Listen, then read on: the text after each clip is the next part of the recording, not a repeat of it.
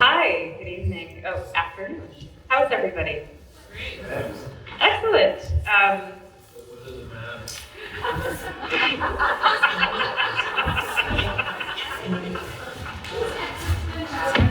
mean, that's an important context for what we're going to talk about today. So thank you for starting us with the existentialism, Eric. Would you say, Kristen? Clicker? Should we test the clicker? No. Okay, because we're going to go to the first image, which is the surprise. Welcome back, everybody. Thank you for being here today. I think most of you know me. I'm Sheri Pasquarella, the executive director here with my friend Ben Hassett. Give it up for Ben. Thank you. Ben is a photographer, and he is currently included in the exhibition The Churchennial, which is our first triennial of our artist residency program. So if you haven't noticed his work, you can't miss it from right here. It's behind you. It's the red, pink, yellow chair print. And actually, I don't know how much, okay, so here's the deal how talking about art works. So the format that I cooked up that basically provides great fun for you guys, hopefully, and for us as well. So far, this is the second one. I have selected people that I have conversations with about art outside, like in my life, to happen to also be intersecting with the church's program. And those are the two people that I've chosen so far because we have the pre-existing context of having a dialogue about art. Last time we spoke about painting with the painter Wayne Gonzalez, and this time we're going to be speaking about photography.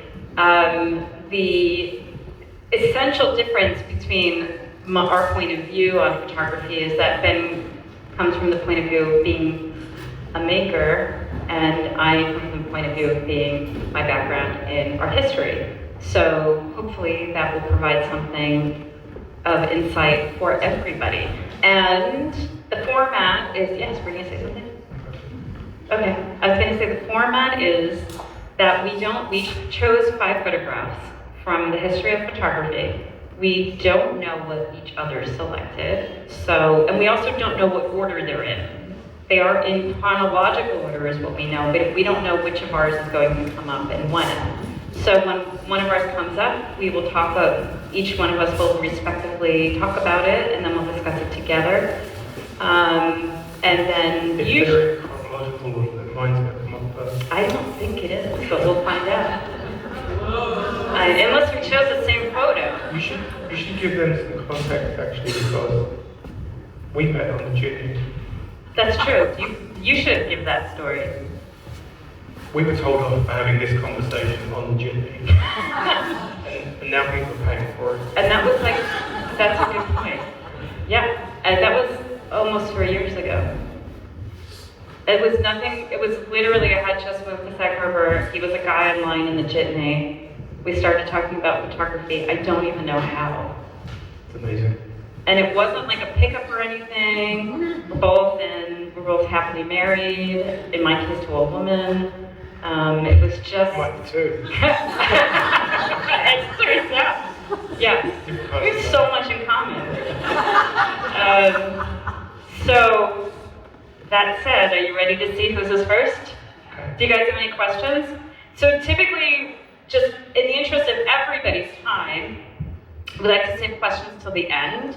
Sometimes I might ask the audience something, but otherwise, and then hopefully we'll devolve. Last time when we talked about painting, it devolved into a lively conversation where many people shared their thoughts and feelings and opinions. So, but at first it's just us. So here we go.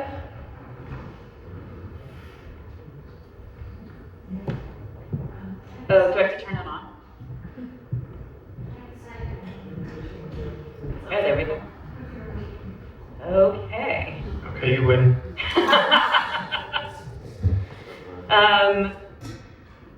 I think his last name is misspelled there, wrong. But has anybody seen this photograph before?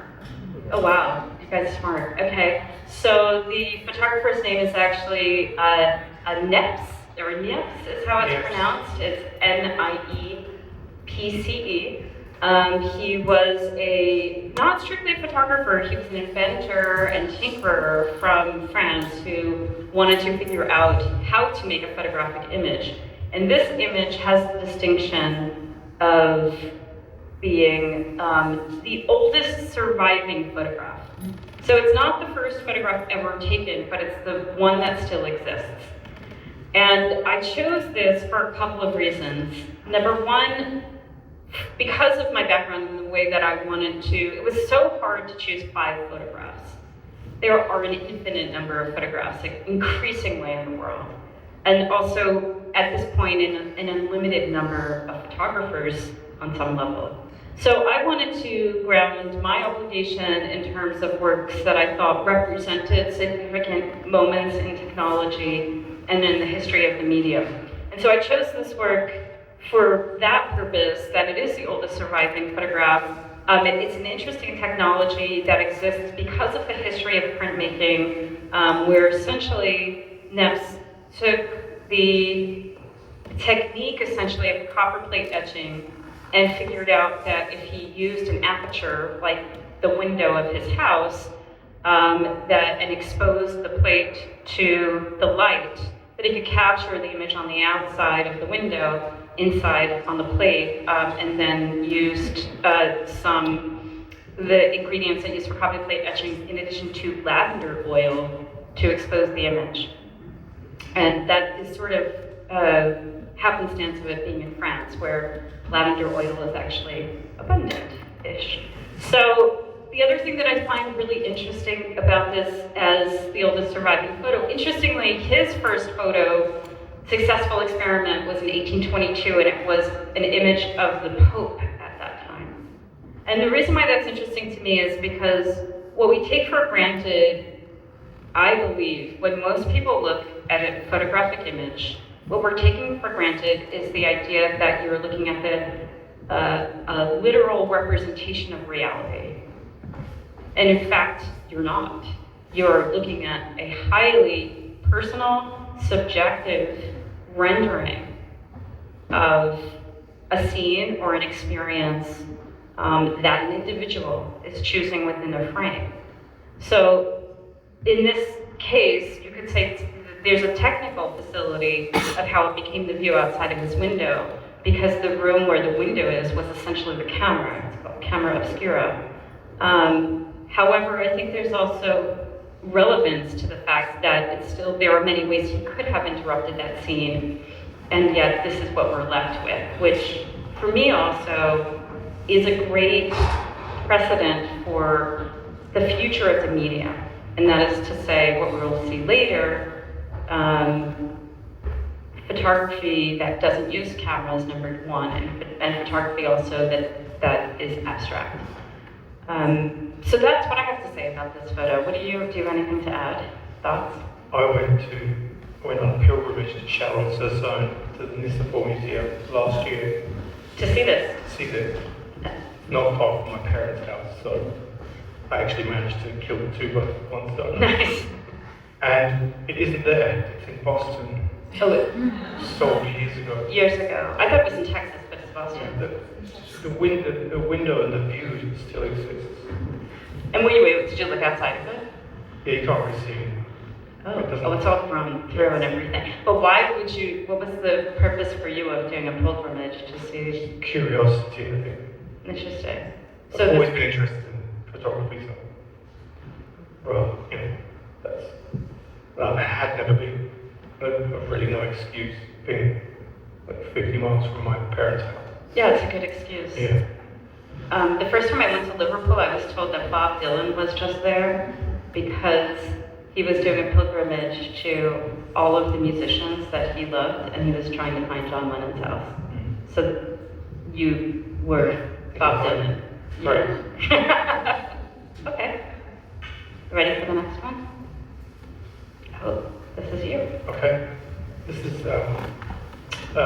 Constance Mundy, married William Henry Fox Talbot. She's, I think she's the first woman to have a portrait taken.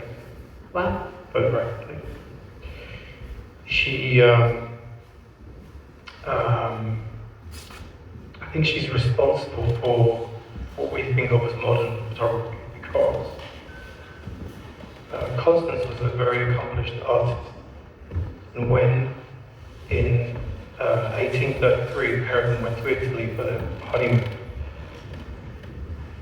William struggled, or Henry I think as he was known, struggled to make a drawing of Lake Como. And she had no trouble at all. And he thought to himself, well, I wonder if I can do the same thing with light. I wonder if I can cause light to make this drawing for me. And he knew that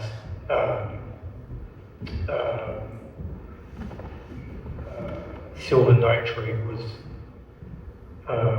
sensitive to light, and he knew that he could mix that with salt, and he was very good friends with this astronomer called John Herschel, who actually should be described as the inventor of photography because he basically passed all of his information on to Torber.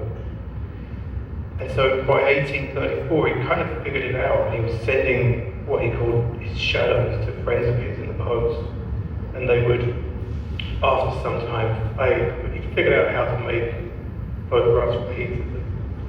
And so he was able to make multiple prints from a single plate? Yeah, one of the reasons that his process still exists today, and the daguerreotype doesn't, is that one of them is the daguerreotype process is lethal. It's a really good reason. Yeah, and he started out with table salts, fairly innocuous solutions, and made it work. And the other is that he was able to produce, or he had the idea of making a negative on paper, which meant that he could make endless copies of these photographs. And he did that in the middle of the Industrial Revolution, which was a time of mass production. And so it was in line with Victorian thinking. And here we are. I mean, I think there's this fascinating relationship, to me anyway, between the history of economics and the history of industry and technology and the history of art, which is they're all essential ingredients. And photography, in many ways, became a more or less populist, if you could say, medium because it was mass-produced and a byproduct of the Industrial Revolution, which is really interesting. But I want to just clarify one thing. You're saying that this image comes about because the husband was in competition with his wife, that she could draw and he couldn't? Yeah, I think he was jealous. Oh. I think that was the issue. That's the thrust. Yeah, I think her and her sisters were all great drafts people. I'd love to know. I've written down something else. I don't want to miss it. I have light. Yeah. Oh, there's light too. That's professional. No, I think I covered it. Okay, great. Actually, there's one thing I wanted to say, but because it became relevant later, is that he was the first person to light a photograph with an electric flash. Oh. In 1851. Wow. Yeah. That's really early, especially with regards to the history of electric light. Yeah, it was really dangerous as well. Right. Yeah. Fascinating. Yeah. Like literally explosive. I think the light, it was just jumping from one piece of metal to another. Fascinating. Yeah. Okay, that is interesting. Okay, let's see what we have next. Oh, this is mine. How many people are familiar with this image? Yes, now that was like, raise your hands again. Oh yeah, so Becca, it's a good 40%, thank you. This is August Sander, who was a German photographer. So now we're in 1928, so now we're in the 20th century, where things are sort of zooming by. I guess what's shocking to me is that thus far, both of us zoomed straight past the French street photographers, who were often credited with the birth of modern photography. It was really difficult for me in terms of choosing five and trying to think of a structure that was representing this entire history. And the reason why I flash forward to Sonder is because he was very effectively a modernist. The title of this work this is from a portfolio of 20 images called People of the 20th Century.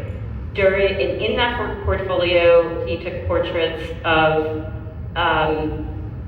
individuals who personified various labors and working class professions of the early 20th century.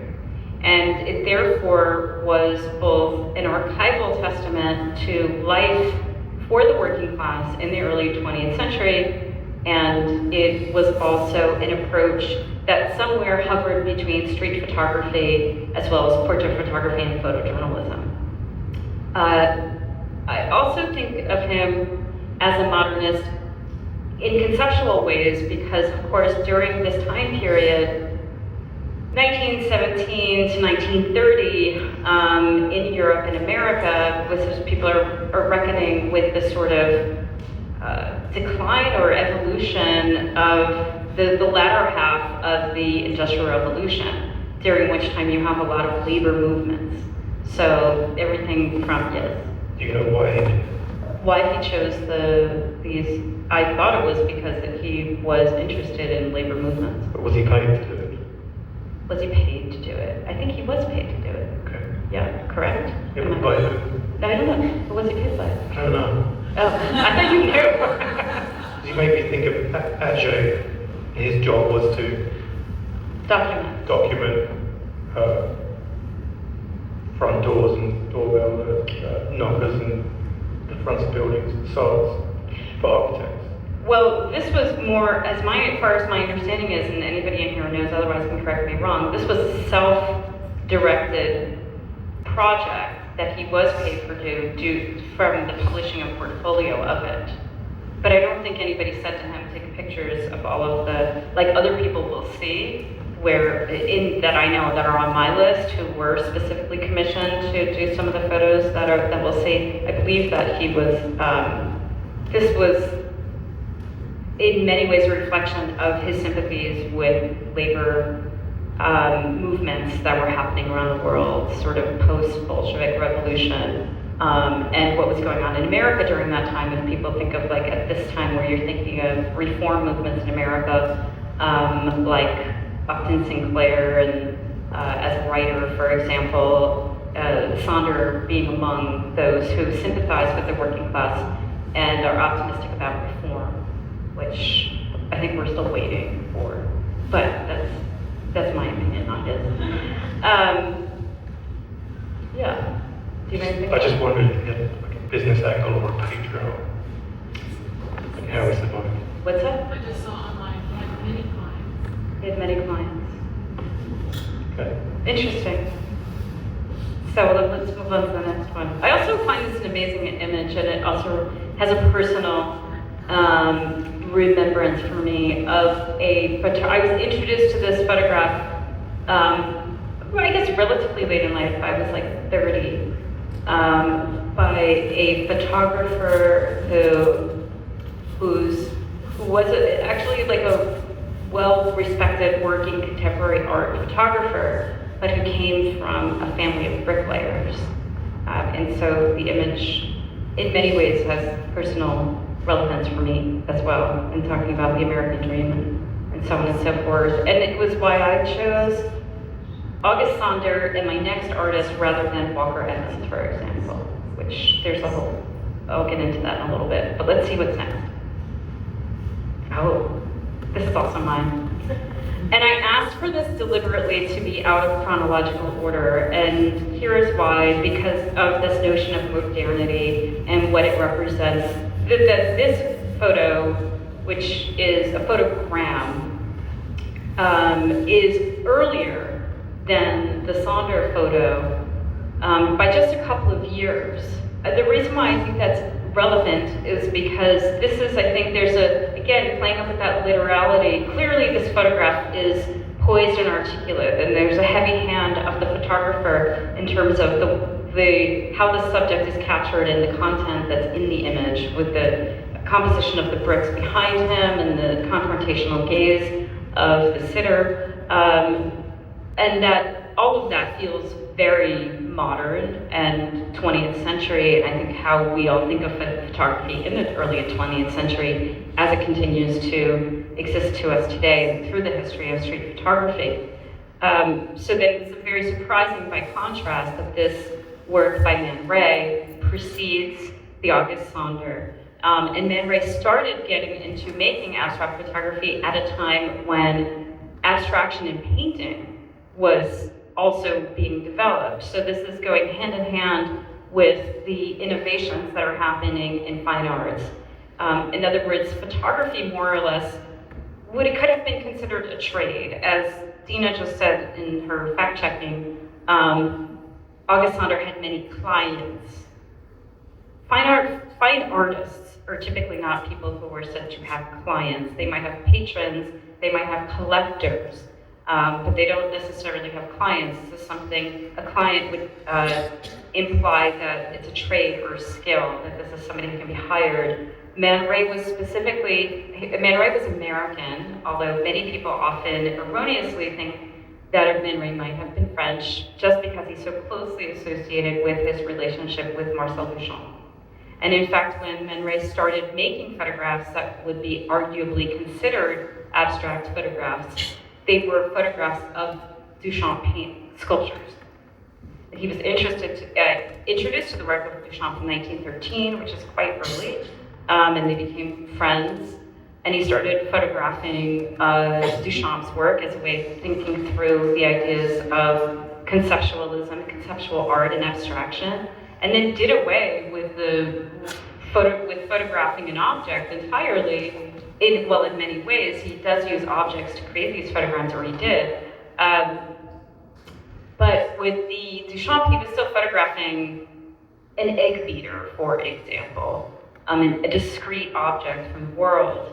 In this case, of the photogram is really laying objects down on a photographic paper or creating shapes within the exposure itself allows for an image that is more or less completely abstract by intention.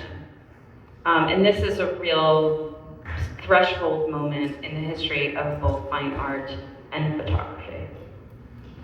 You have anything that you want to add to that? And I don't know, I was crazy about Man Ray when I was a kid. You were? Yeah. What? It was one of the first things I ever saw. Where? At school. What, how old? In a book. I was 15. You were 15? Yeah, and it was something I could make pretty little, I could make diagrams, make pretty little knowledge. Did you make diagrams? Yeah, yeah, over and over and over again. I have no idea where they are now. They're all... As a teenager? Yeah. But when did you start making them? Like, how did you had a dark room? Well, there was a dark room in my school initially, and then I built one at home. You built one at home in high school? Yeah. That's really interesting. Yeah. But I can't remember anything about it. Did you see his show at the Met? No, actually, we're doing a field trip there on Wednesday morning for those who are part of the Director's Circle. I think there's probably one of you in there. I am. Yeah, we're getting a prize review for the show. Okay. Yeah. Have you seen the show? Yeah. And? I didn't like it. Oh. Mm. Why? Well, the show is paintings for one thing. Okay. Well, that's fair. There are paintings in it, but this work is in it. Yeah, there's a lot of this. This is really, it's really interesting. There are a lot of diagrams that I've never seen before. They failed to show a bunch of his work, which I was semi-surprised about. Which kind of work is missing? It's pornography. Oh. That is disappointing. But it's the Met. Yeah, it is the Met after all. It's true. His work was quite broad. It's true, it was. All right. Oh, another one of mine. Jeez Louise. Okay, I guess I'll keep speaking. This is a work by Gordon Parks. How many of you are familiar with this work? Great, wow, that's like 80% there. So this is American Gothic by Gordon Parks. This I chose for many reasons. First of all, it's an unbelievably striking image. And it too, this was a commissioned work, this I can say for a fact, and I think this is very known art history, that during the New Deal, so Gordon Parks was not an artist of the WPA. Many people sometimes erroneously make that assumption. Unfortunately, it's not true, so that would be like somebody like Walker Evans or Bernice Abbott, people who were commissioned by the government to make art.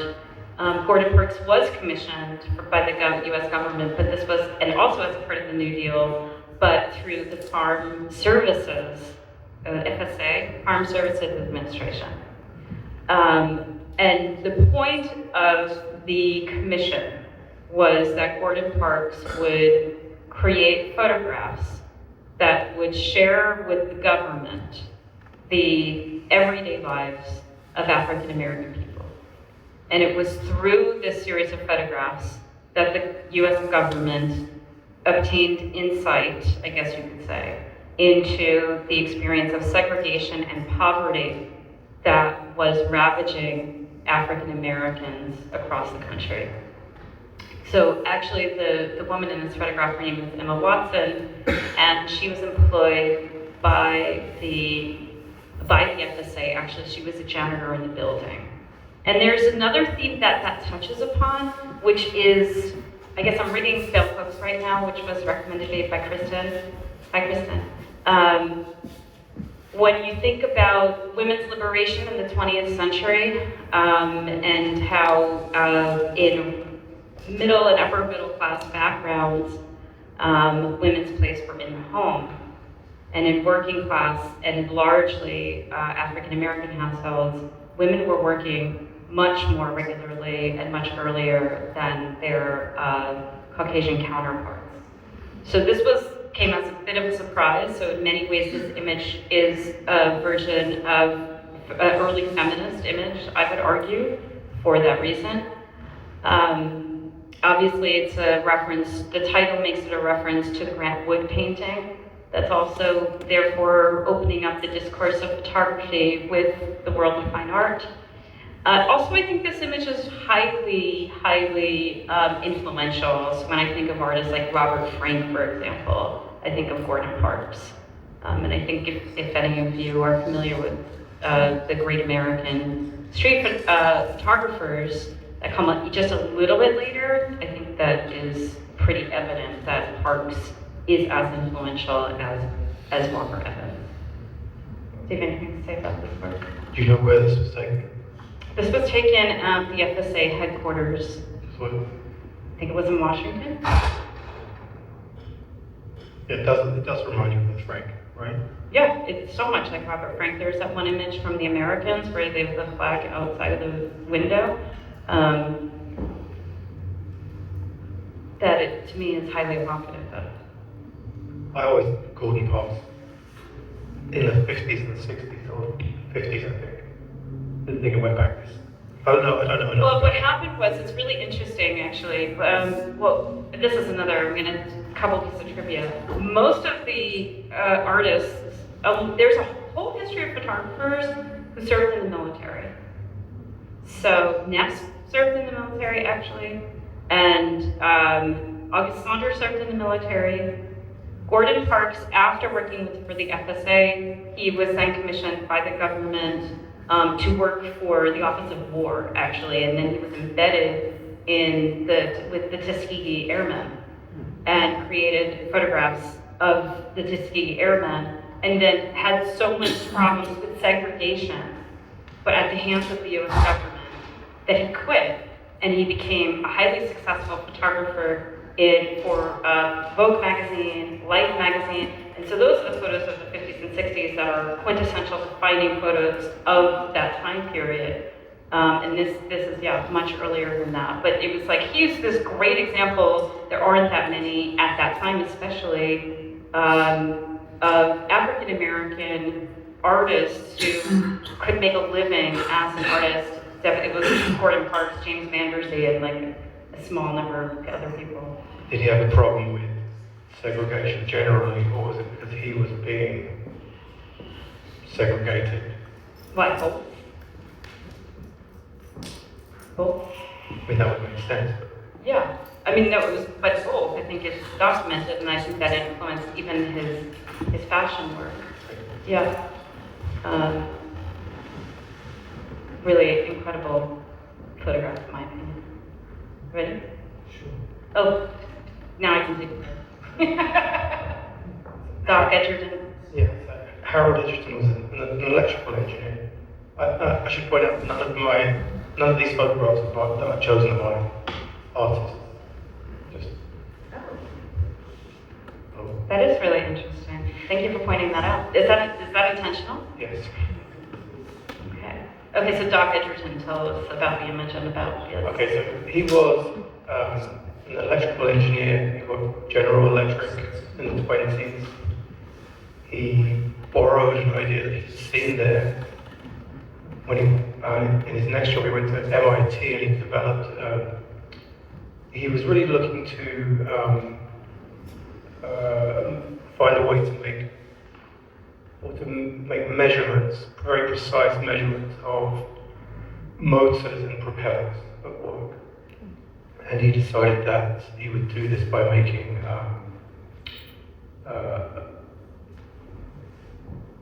a machine, a device that emitted high-speed light to capture and freeze those machines in action. And so he became the inventor of what we call the electronic flash. And that was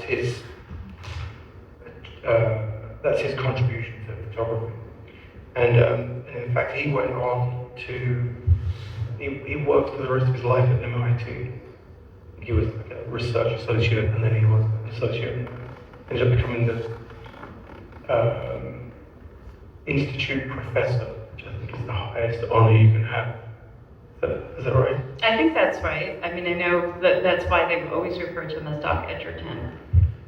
And his lab stayed intact there, correct? The photo lab there that he created, where he was, there's also another famous image. How many people have seen this image? Yeah, some number. Have you ever seen that image of a playing card being pierced by a bullet? That's the same guy. He also worked with the American government. What did he do for the American government? He found a way to photograph enemy installations at night time from planes using a flash. Wow. That went undetected. What year was that? Like World War II? World War II, yeah. Yeah, that's interesting. Mm. I have a question about you choosing non-artists. Yes. Is this about the technical image? No, I'm more interested in the science of it than I am anything else. Generally. The science of photography? I don't think with the exception of someone like Gary Winogrand, I never really look at a photograph and think of it with any kind of admiration. Why? I don't know. That's quite specific. But I appreciate photography in everything that it does. So when you first were building, when you were looking at nets, and then you were building a dark room, and when you were in high school, it's because you were interested in the scientific, mad scientist element of it? No, at that point I was interested in everything, and image making, very specifically, and understanding how to do that. But my relationship with photography has changed through the years. I mean, I've been making pictures for 37 years, so it's probably natural and healthy to move on. Yeah, for sure. And right now, I'm sort of looking at the motives for it, why people make these things, why people just spend their lives chasing the same, or chasing a certain line of work in photography. And when you say that, are you referring directly to people who are professional photographers? Because arguably everybody in this room who has an iPhone or something like it is a photographer. Yeah, I think I'm looking for key moments, big changes, and this was a big change. Yeah, for sure. And interestingly, he was never satisfied with the coronet pictures. He never made one he liked. Oh, that's interesting. did it over and over and over again. And he wasn't the first person to do it either. This is also something that had been done in the end of the 19th Yeah, century. in the 19th century, I think probably the most famous one is Moybridge, for example. Well, that was different things. That's another very interesting story. Right? Yeah, it's very interesting. Yeah, neither of us chose him. Tell us more. Do you have more notes that you want to share about Dr. Edgerton? Just that he worked all the way past retirement until he died at MIT in 1990 in the cafeteria. How fitting. I had clients who were like, they were great contemporary art collectors in my old life, and they had this side collection of Dr. Edgerton photographs because the husband went to FIT, and he was sort of like the mascot of the school. Like, he was the coolest guy. MIT or FIT. MIT, did I say FIT? Yeah. Oh my God. Sorry. The reason I chose this is because it manages to show us something that we wouldn't otherwise be able to see as well. That's powerful. And that's true for the picture of Constance Talbot as well. If he hadn't gone home and figured this thing out, there wouldn't be a photograph of her. Right. And I think that's amazing that even exists. I agree. And it's from table salt. And lavender oil. Yeah. Yeah. So fascinating. And competition with his wife, which is an enduring dialogue, apparently. Yeah, and you know, he didn't know that this was also going on in France at the time. Right. This is one of the other very interesting things. They all came to the same conclusion at the same time. Yeah, I had also heard a story at some point, but I could never really get to the heart of it, that similar experiments were going on in Brazil as well. And here, I think Morse, what was his first name? That invented the telegram. Who invented the telegram? Samuel Morse. Okay. Yeah. And the guy in Germany. Yes. You know, a lot of Oh, people. and also, well, Thomas Edison also was experimenting with making photographs, but I don't think it went anywhere. Right. All right, should we carry on? Oh, sorry. Okay, wow. Wow. Okay, so this is one of those wow factor photographs that you've chosen. Yeah. Tell me. Okay, so I really like the story behind it.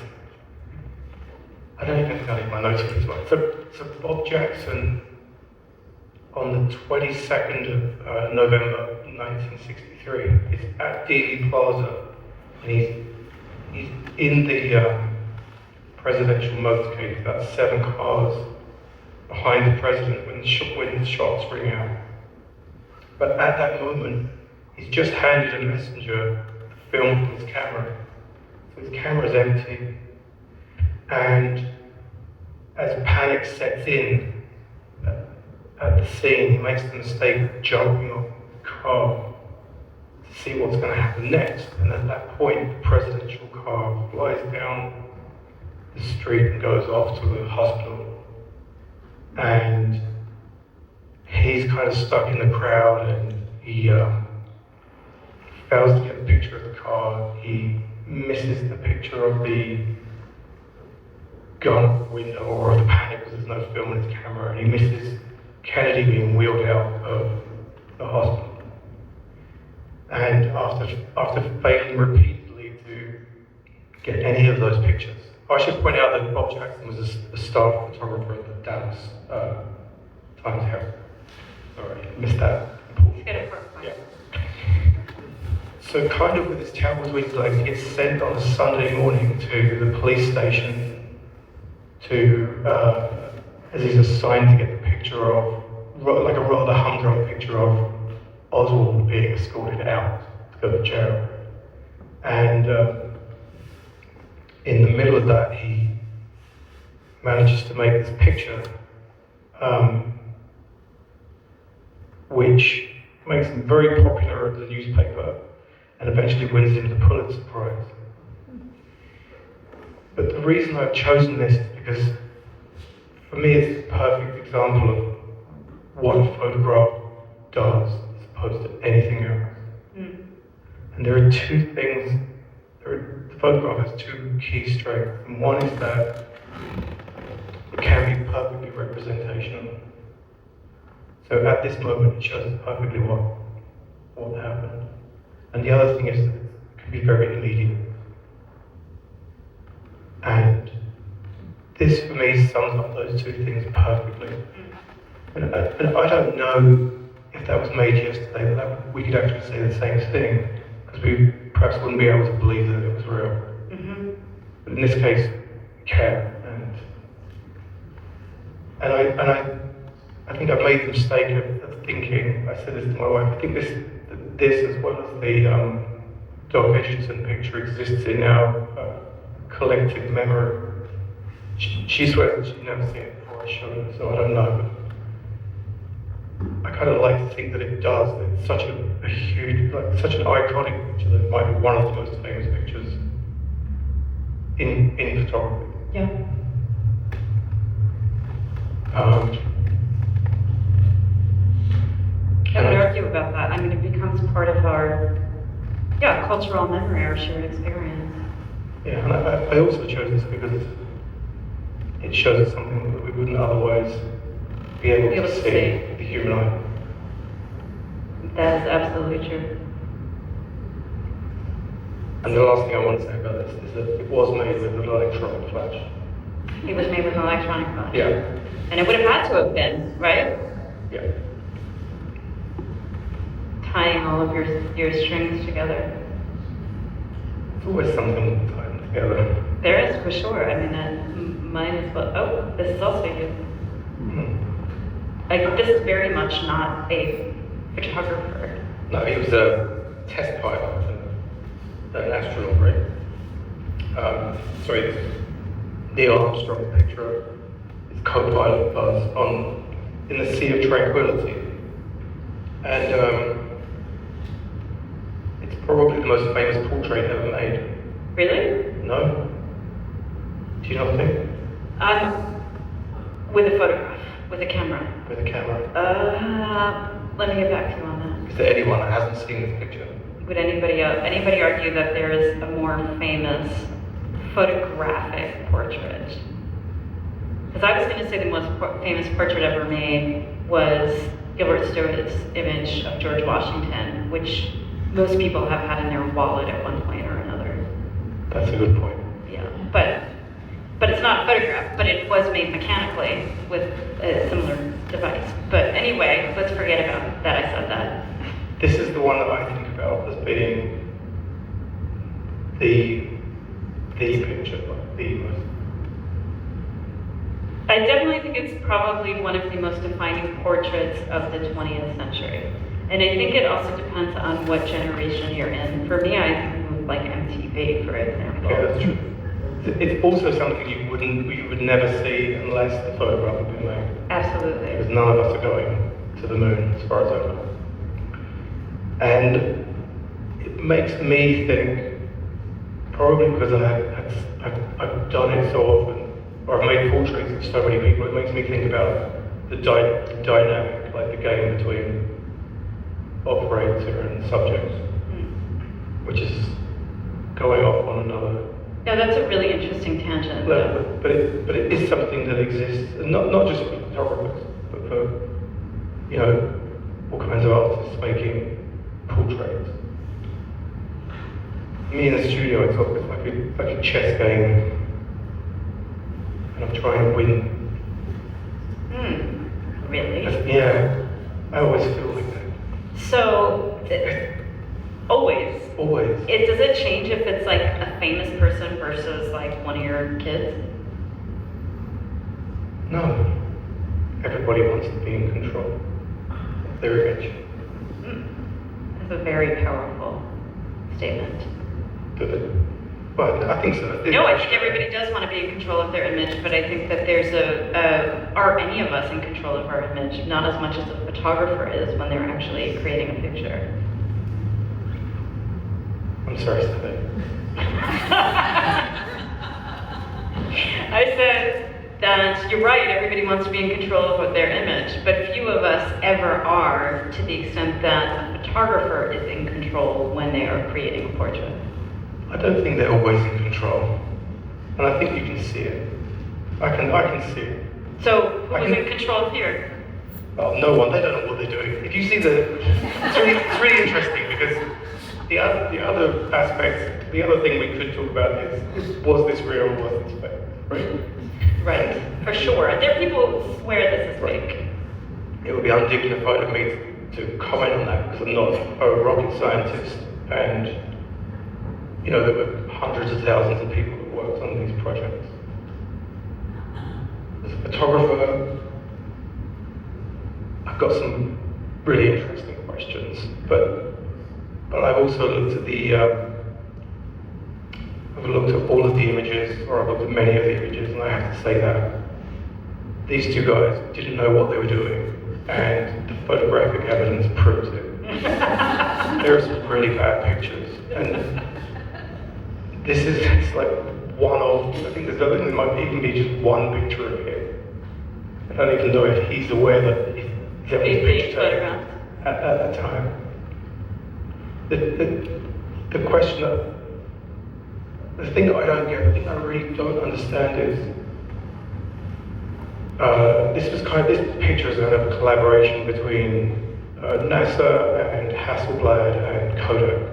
Kodak developed a film that they could take and a system for loading them into these special cassettes, and so they were more or less idiot proof. What I don't get is why did they not take a flash with them?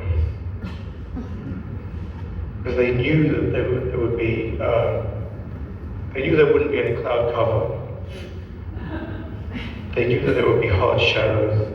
They knew exactly what their exposures would have to be because they were landing at a particular time, which would have been the lunar morning, when it's the temperatures at its on the lower end, when they can actually walk around without frying. So just for the reasons of science, why would they not take a flash to fill in and capture as much detail as possible? There's no logic behind not doing it. I mean, the only logic behind it is what was the purpose of them photographing it? It was just... That's an even bigger question. Well, it is. I mean, if they're not, it's with a pure archival documentary, if they're not interested in the level of detail that it's providing a flash with. I don't know. I mean, I look at it from the perspective of a working photographer, so it's like a practical idea, but it astonishes me that they didn't do that. Other than that, I kind of think that given the extraordinary lengths they went to get there, and the collaborations they had, you could kind of look at this picture as like one of the crown jewels of human achievement as well. Which is something I started to think about last week. Whether that's true or not, I don't know. But There's interesting, do you question the veracity of this image? Having spent so much time looking, as you said, at like the whole context of this within all of their output, everything they made. No, there are some really weird things that go on with the light, but I've never taken a picture of it on the moon where there's no atmosphere, so I can't really tell you. It would be like I said, it would be unwise or undignified to say that it's fake. It's a very interesting story, though. It's a fascinating story. Yeah. Do you have more on this one? Yeah, we could go on for another couple of days. Let's go on. Perhaps not right. Okay, let's see what's next. Oh, I have never seen this image before. This Really? is the first picture that we've looking at that is brand new to me. Yeah, tell us, I don't even know who David Malley is. Tell me. It's actually David Malin. Malin. He's a British astronomer who moved to Australia and started taking pictures of the deep space. And he, well, the funny thing is, if you were to walk out, if our eyes were built a little bit differently, when we looked up, we would see all of these amazing colours in the sky. because the universe is emitting color of all different wavelengths, or light of different wavelengths, which we see as color. But we can't, and that's because our eyes are terrible at discerning color in low light. But astronomers have known for centuries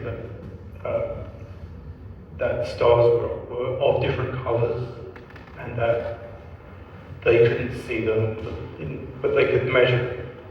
And it took us until 1980 to get a photograph of that.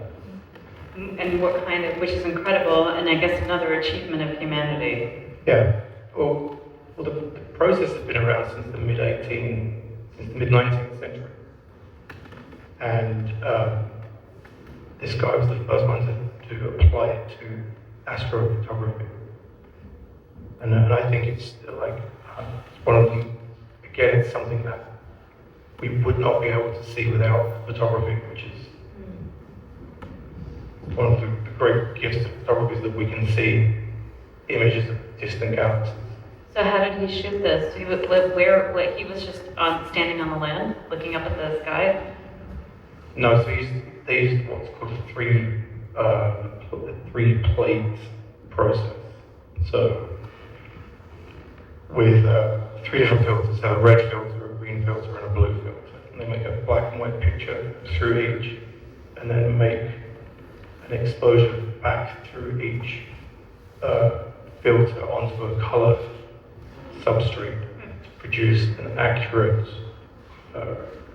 representation of the night sky. And then what kind of lens was it taken? Oh, it's for the telescope. Really? Okay. Yeah. It's from a telescope on Earth, not on a satellite. This is from a telescope in Australia. Yeah, it's like somebody standing on the outside in Australia. Yeah, I mean, now we've got telescopes on satellites in the outside of the solar system, I think. Yeah. Really? Yeah. Right? Yeah. But at the time we didn't, and it just astonishes me that it took so long for someone to figure it out. But I'm glad they did. I'm glad they did too. What do you think of it? Any thoughts of it as an image itself? No, but I've been living with this for a long time. I mean, I had It's so child's book of astronomy when I was, 10 or something. So, yeah. And when did you first see this photo? When I was 10. Wow. Wait, how old am I? No, I don't think you were that. I mean, wait, you weren't born in 1970, were you? 74. Yeah. So you saw, so it existed? Yeah, that's possible. Yeah, possible. Okay. I still have the book. I can check. Oh, really? Yeah. Wow. Yeah. Interesting. I still have the book from when I was my art book from when I was a kid too. There's also I asked about the aesthetics because if you think about like the aesthetics of the early 1980s, like album cover art, magazines like Omni, with the films also like 2001. Like there's this like space age aesthetic part too. That's like evolved well beyond the Jetsons and it's more like specifically about these images. I'm now understanding that this is where that's derived from. I don't really like it as an image. On an aesthetic level, I don't really care You about care it. about it. I like the fact that photography exists. I think it's great that we live in this age where we're really fortunate to live in an age in which I can make photographs of you, or place I've been to, or things we have, or cats, or whatever, right? And we're lucky to be able to do that, I think. And we're also lucky that we have the ability to see things through photography that we wouldn't normally be able to see. And this is These are all an great. example of that. Yeah, they all are. All of your choices. Okay, let's see what the next one is. The next one the last image? Yes, it is, I guess. Right, did you have another one? Or was that? That's it, that's you. Okay, this is me for sure. This is a work by Jeff Wall called After Invisible Man by Ralph Ellison, the prologue. This was from 1999-2000. This is actually a silver dye bleached transparency on an aluminum light box. And if you check out the size there, this is one of the reasons why I wanted to show this work. It's almost 6 feet by 8.5 by 8.25 feet. So has anybody ever seen this in person before? Yeah, a couple of people. It's been shown in New York a couple of times. It's a staggering image. I chose it for so many reasons. So I was trying to, with my 5, think about images. So I guess Ben's choices really specifically came from this notion that without that photograph, we might not understand something the way that we understand it. We might not see what is being shown, which is such a wonderful, fascinating construct that would have never occurred to me in a million years, and in a good way, in the best way.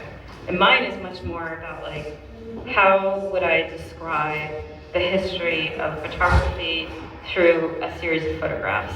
And my description is much more adhering to like art historical chronologies. So for example, I chose this image because for a number of reasons. Number one, Jeff Wall was and is a major figurehead, writer, and also practitioner of stage narrative photography.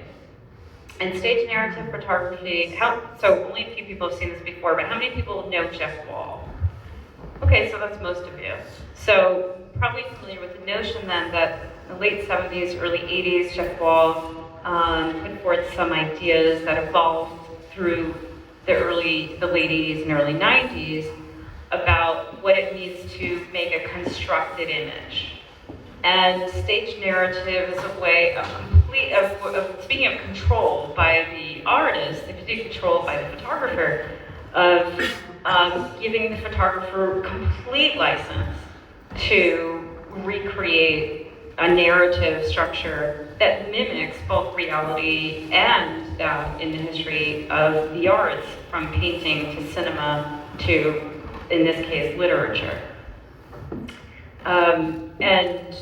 There are many, many artists that are peers of his, but many more who are, I would say maybe, he's strongly influenced, perhaps even disciple of, somebody like Gregory Crutzen, Justine Kurland, the whole generation of young female photographers in New York and Connecticut.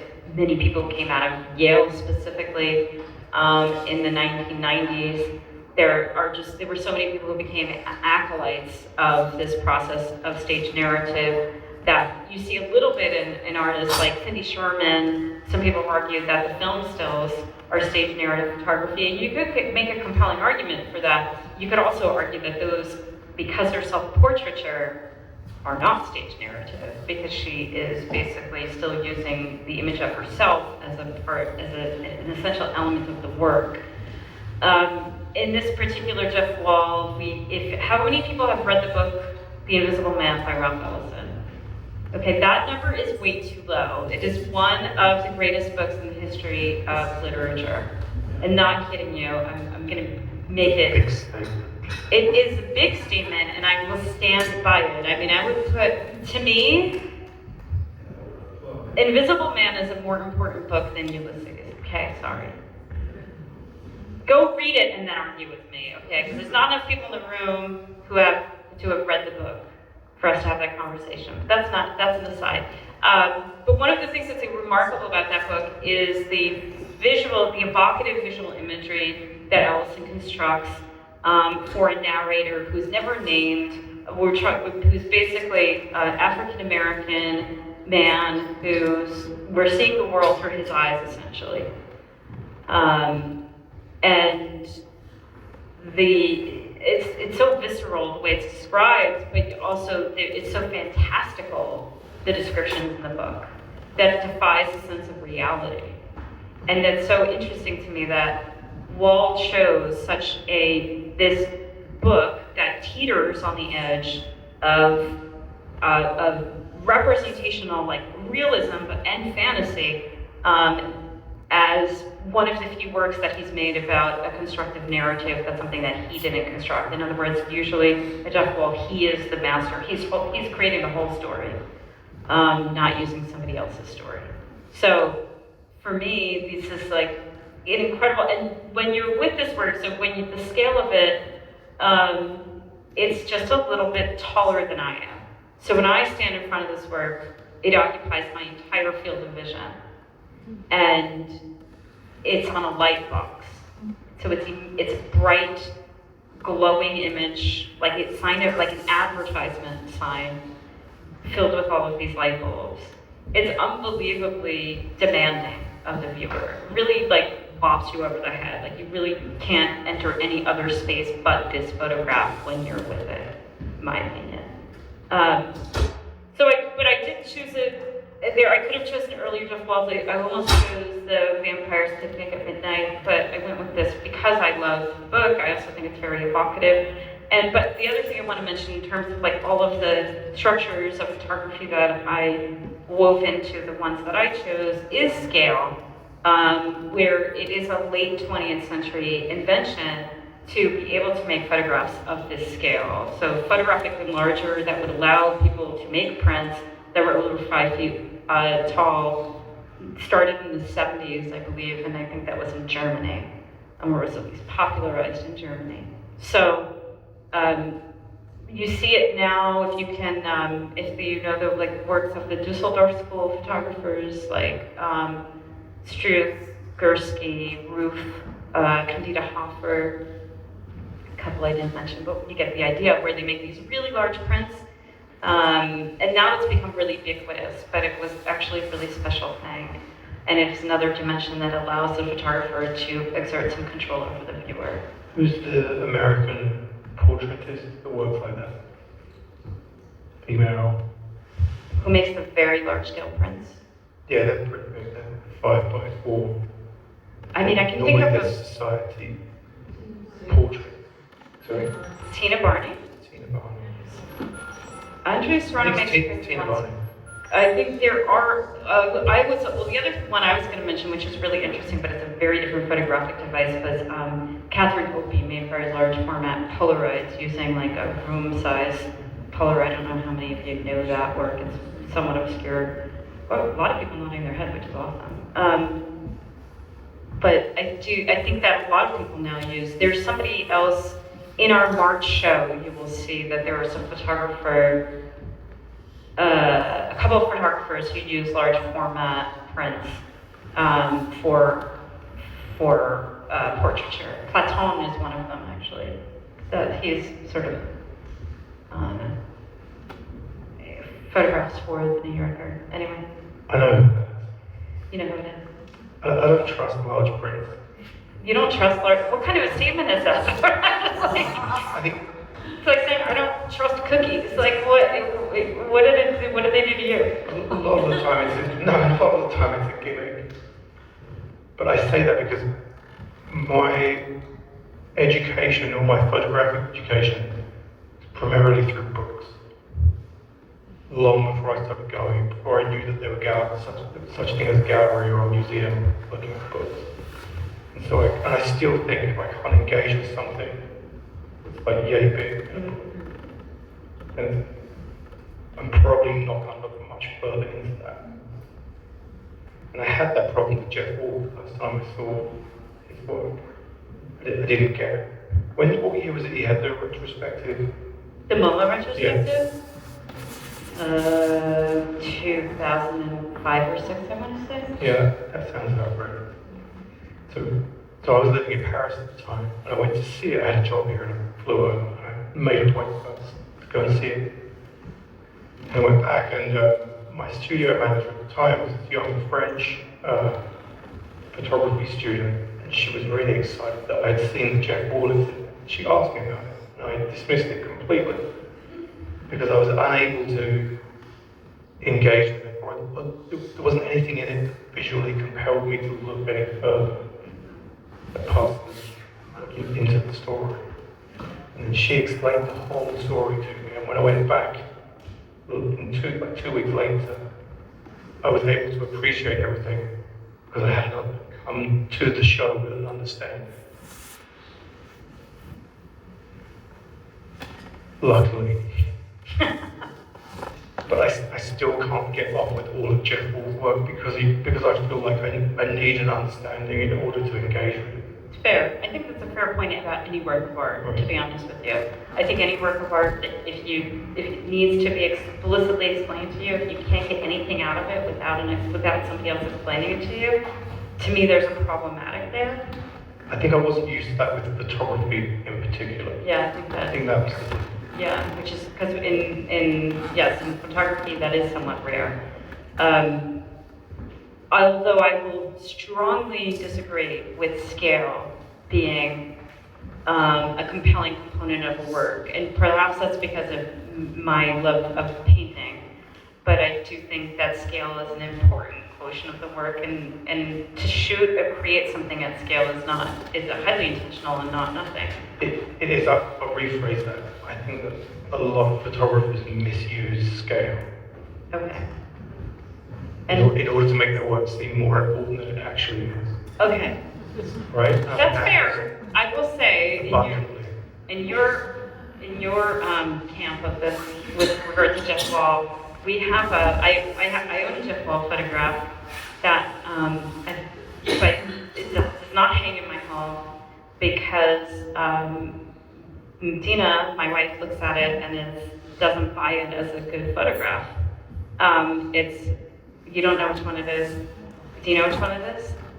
Exactly. She's like, it's a dirty window. And that is actually what it is. It's a photograph of a dirty window in Germany. And the print. It's pretty cool. And I'll show it to you sometime. It's not hanging in my house. The print is maybe like, it's an 8x10 print, small. And out of context, yeah, if we hung it in our house, and certainly Dina's an example of that. The first time she saw any of the work in my collection when we were dating, she does not have all the stories that I have, and she just sees like, why do I have a photo of a dirty window on my wall, for example? Yeah. I think stories are important. Both of us talked about this for what time was an hour, and we told a lot of stories while doing it, right? Mm-hmm. But I think there's a difference between telling the story and having to be provided with contextual information in order to find some way into the work. That's, I think, the distinguish, not the what's what. Okay. I actually like a handful of his pictures a lot. That's right. Thank you. Is that the last This is one? one of them. This is one? Mm-hmm. It's an incredible picture, and also that he had to reconstruct this. It's just weren't constructed at all. It's really incredible. I think that's the last photo. Yeah. Thanks. Yeah, thank you. I feel like I didn't say anything. I think you said a lot. Does anybody agree with Ben that he didn't say anything? Yeah, clap for Ben because he did an amazing job. Thanks for having me. But so, okay, I want you guys to ask questions, but I have a question for you first. Now that you see the choices, is there anything that you feel is left out? Oh, everything. I mean, all of my favorite photographers for one. Like you. Well, we touched on Ajay, Oh yeah. who I discovered really late on, actually. I mentioned Gary Winogrand.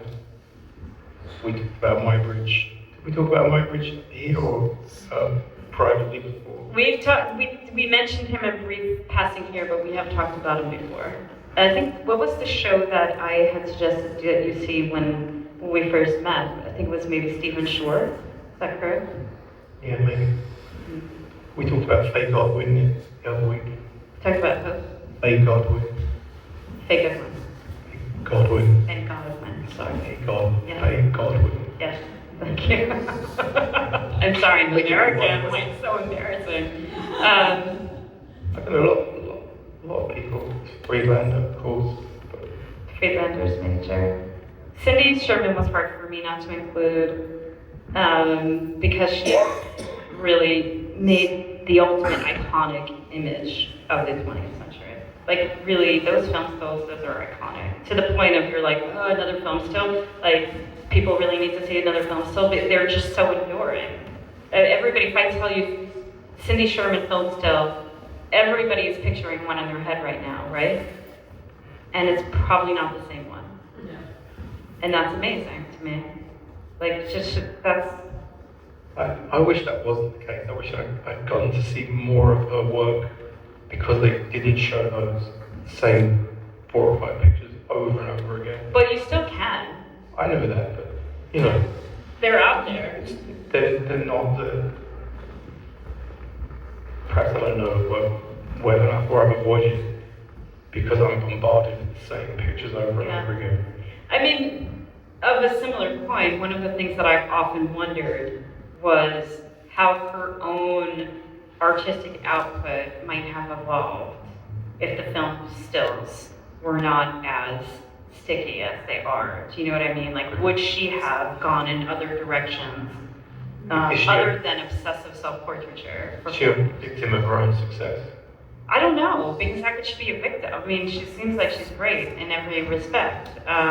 She's made a great body of work. I just wonder if it would have gone in other directions if you know, one of her first major body, I mean, she was like 25 or 6 when she made the film still. That's pretty remarkable. Somebody I was having a conversation with here, maybe it was Eric, raise your hand if it was you, about how many artists make some of their most iconic work is made in the early part of their career. And that is, what's that? I said everybody's had that conversation. Everybody's had that conversation, okay. It's always a thing about, are you gonna lose it because you get older? And Yeah. possibly, but. I mean, I think there are a number of artists that get better with age, but certainly then you think of people like Rauschenberg, Johns, like that kind of thing, you know? First 10 years were really great. Anyway, getting back to photography. Do you guys have any questions? Anybody want to revisit any of the images or have some thoughts, ideas you want to share? Oh, we have some Star and April. I was just wondering, the first 2 photographs that you showed, Yes. when we were looking at, okay, those 2, sorry. Yeah. So there's a little color artifacting that I'm seeing in this image. I don't know if it's in the photograph itself, and then in the next one also, the portrait of Talbot. I don't know if it's just something that has sort of oxidized over time, and so those colors have developed.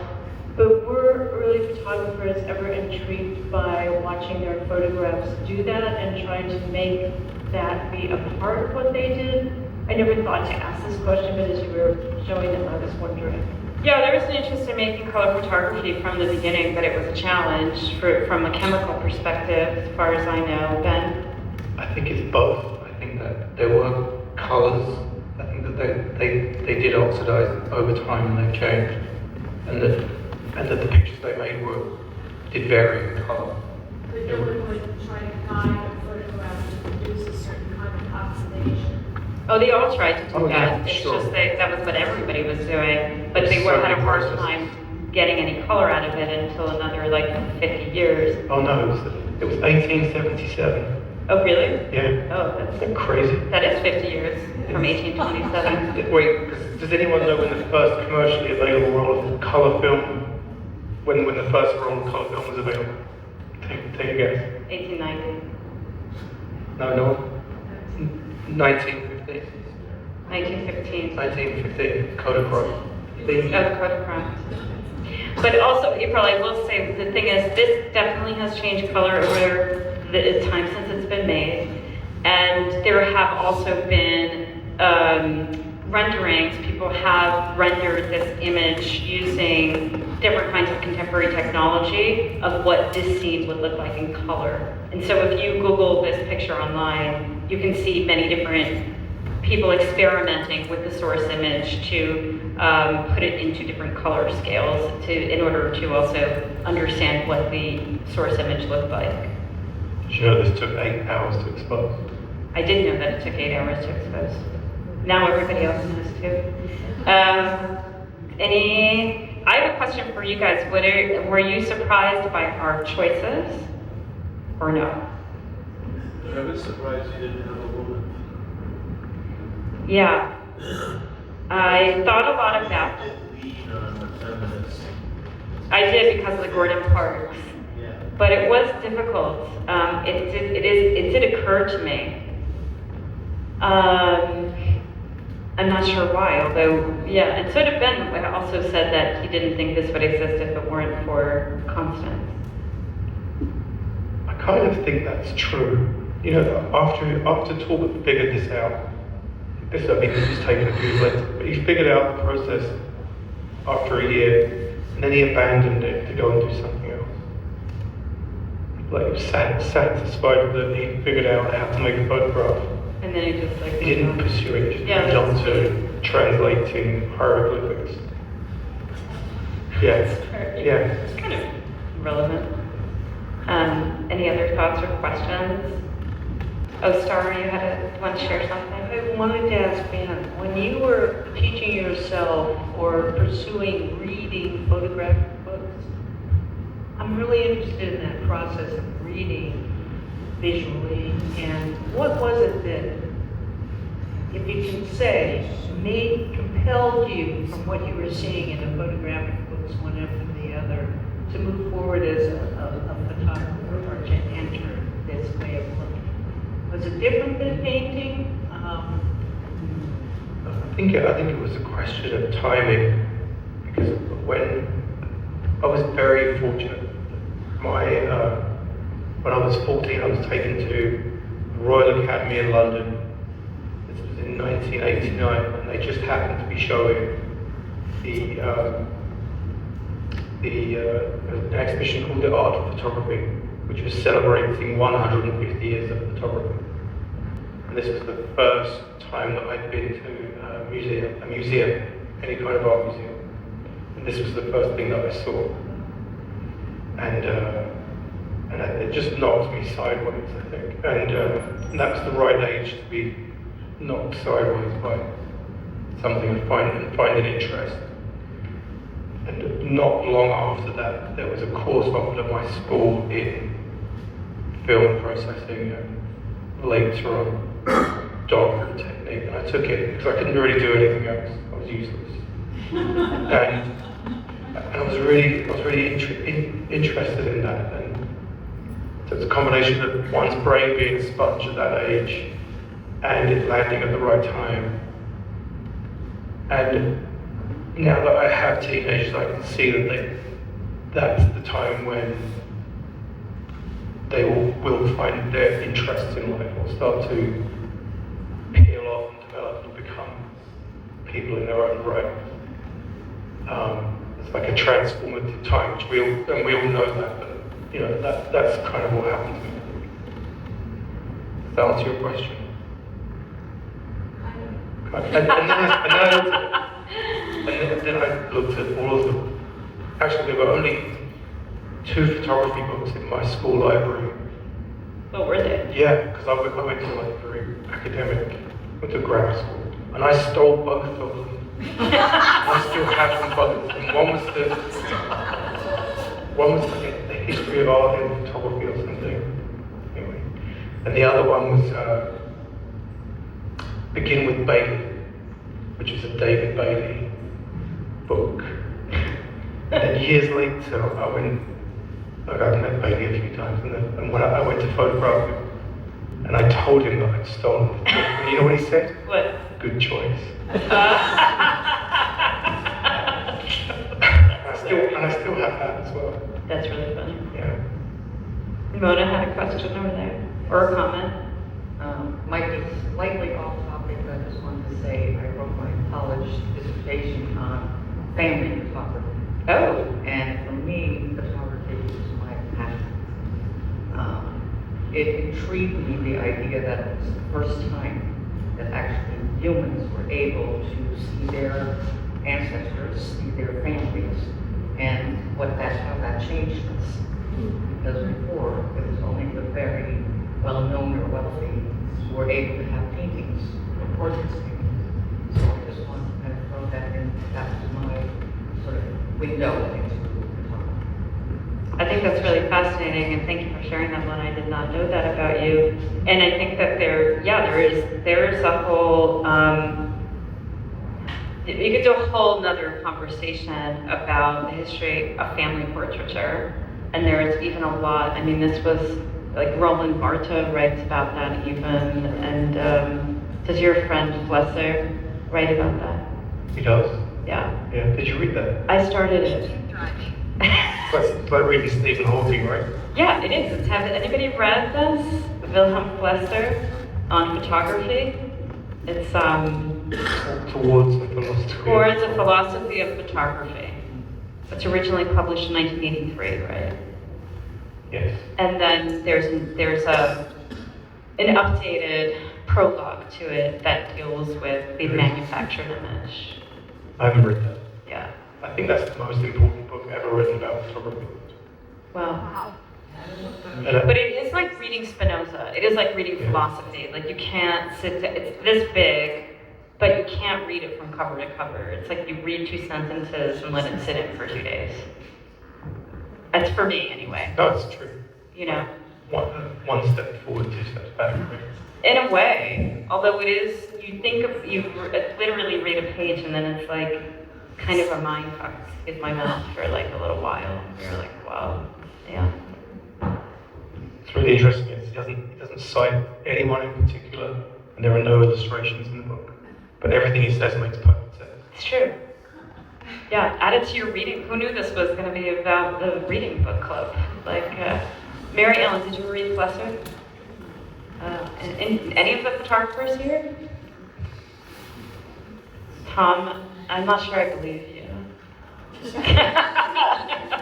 More than happy to put my card on the table. Excellent. But I do think, going back to Mona's point, I think the history of family photography is dense and fascinating and pervasive through different cultures, and it is a subject definitely that we could explore at another time. Eric? As you were talking to, so Ben's focus is technical. It's about what can't be seen until the technology is made to see it, right? Which is a very compelling aspect of photography.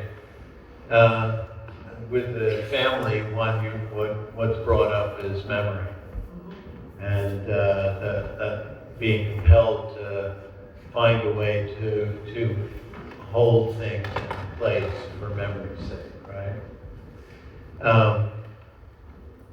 Maybe where would you put your choices in terms of that? There's more paths than just those two, but those are pretty dominant strengths of photography. Where would you select your? I think if I had to respond to that, how I think of that is, I would think of that almost, I'm thinking of the work of Pierre Huyghe, but I'm going to try to translate my thoughts, which are to say that memory is deception, and so is photography. Memory as well. Deception, and so it's not reliable. Memory is not a reliable narrator, and neither is photography. And we assume a default point of view on each. You assume veracity, you assume authority, you assume that there's something real and true because you saw it in a photograph or because it was remembered. But memory is actually as much of a moving target as objectivity. So to me, that would be the through line for these. All of these are recording a nanosecond of time, right? And inherent to anytime you're stopping time, you're creating memory. You are responding to the notion of what's remembered. So to some extent, all photographs are an artifact of memory. But I think for me, the through line for all of them is just like they're whimsies. They are reflections of whatever the guy who made this picture was thinking and feeling in the moment and the relationship that he was having to the subject. And I think that's maybe the difference between mine and some of Ben's. There is the spirit of an intentionality in fine art photography is somewhat different than in definitely Edgerton, but definitely Bob Jackson, where he was like paid to get the best photo he could get. And what is the definition of the best photo he could get? And Bob Jackson would be like being the right moment at the right time and have something that's going to sell papers. But the best photo that Edgerton could take does not have the same definition, and definitely not the same definition for Gordon Parks or Man Ray, where this is a complete construction. He can do whatever he wants. But we can all do whatever we want. Any artist can do whatever they want. Photography is great because, Actually, that's not true. but that's the thing. It's just like that's Artists can only do what they do. what they can do. Another artist can do something else. Correct. They can only do what you can do, but in photography, there's this deception that because it's mechanically produced, that might be off the table. And in fact, I would argue it's never off the table. Everybody's limited by what they can do, and your memory is. Not only is your memory unreliable to you, it's going to change. Like, you're not even going to remember this moment the same way you're experiencing it right now. From 5 years from now, let alone 10 years from now. I mean, tomorrow you could say Sheri sounded like an idiot, and then in 10 years you'd be like, oh wow, she was really a genius. I wish I had understood that then. I wish I'd written it all down. This is being recorded. Maddie in the back, and It's then. Tuesday. Oh wait, what? I meant I wish I'd written down everything you'd said. Oh, why to hold it against me in the future? No. It is recorded. But yes, Maddie, we have and then April. Ben, I was just really struck by how a lot of the choices that you made sort of feel like they operate on like the principle of firsts, like seeing galaxy first, or this human on the moon for the first time, or the kind of like optimum moment, as in the case of like being at the right moment at the right time, Bob Jackson photographs. And I think like, you know, as an artist, for being an artist, it's hard for us to create those moments, or like they only happen once, or like that these rarefied moments really. And I feel like a large part of like the humanistic artist's enterprise is like a revisitation of, you know, things like love, work, memory, these things that humans pass through for all time. And I was just curious about how you pursue that tension perhaps in your own work, like with somebody who's really interested in those cataclysmic first time moments, and then also these other aspects of art making. Yeah, I don't know how to answer that. I think that while they all look like firsts, or while we're able to now with hindsight see that they're firsts, actually, it took Fox Talbot a long time to figure out how to make that picture. It wasn't his first attempt.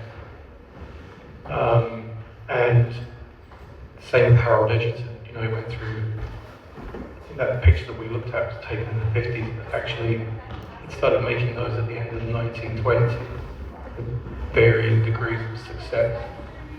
I guess if I could just clarify really quick, I guess I can understand there are many attempts that go into like making the one that you would like, but still it's like the first time a human, like me or you or people at that time saw that.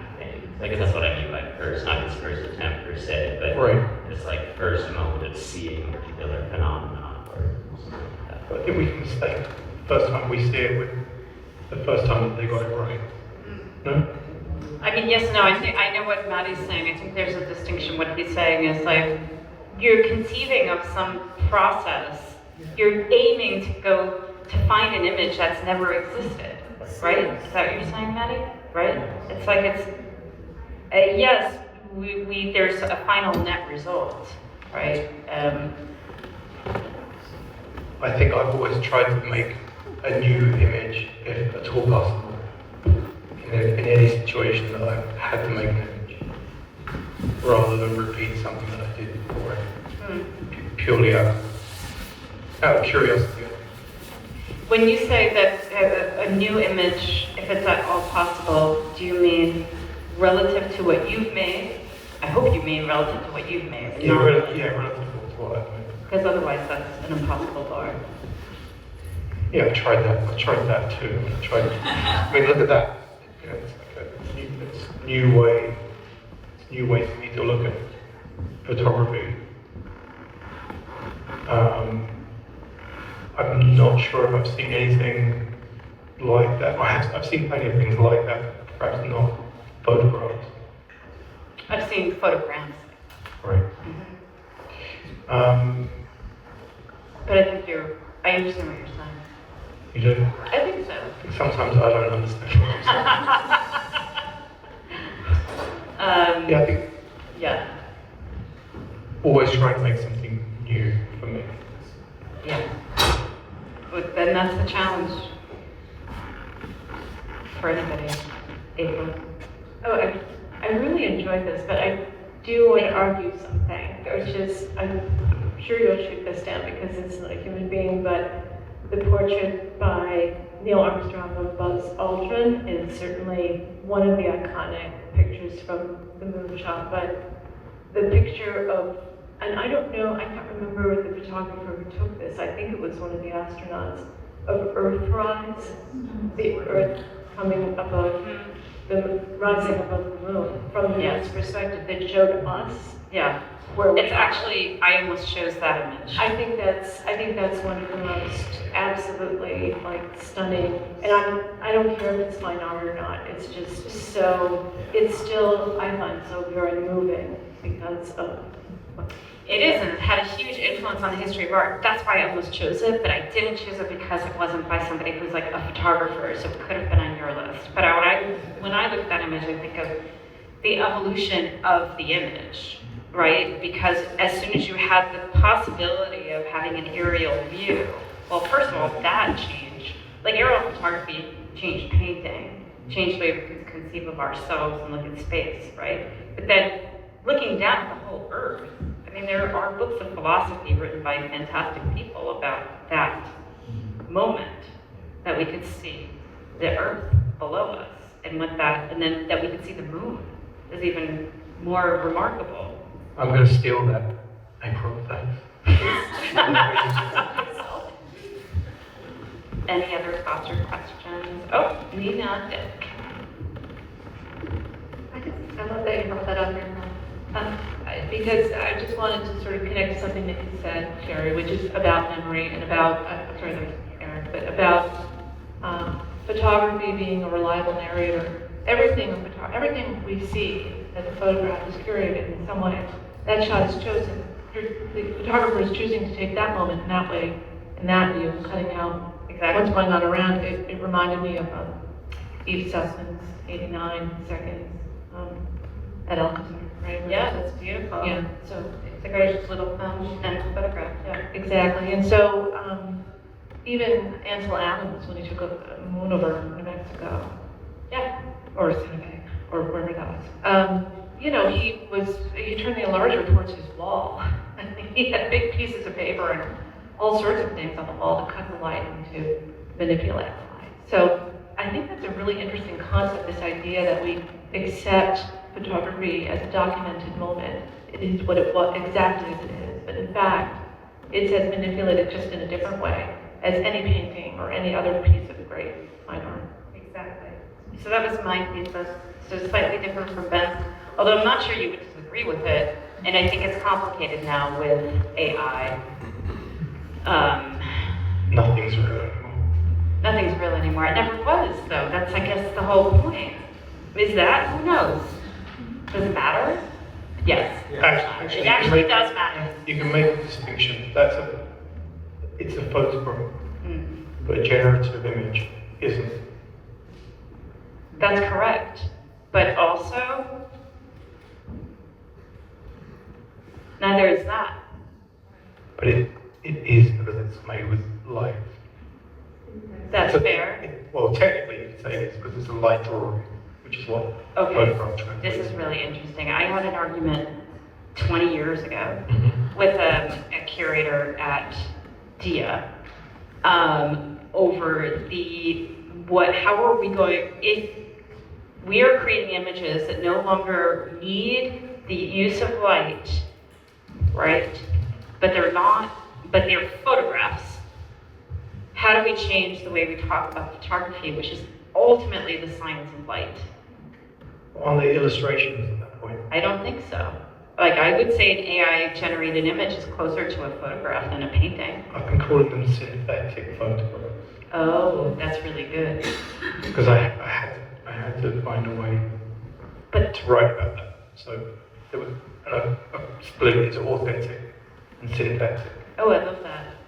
That's really smart. Whether the picture's been manipulated or not, or whether he's standing on the moon or Yeah. Stanley Kubrick's taking his picture in. I mean, at the time that I had this conversation with this person, it was because a photographer that I was working with at the time, that was called James Welling, some of you might know him and his work, had just started using digital imagery in a new way for him. And I was,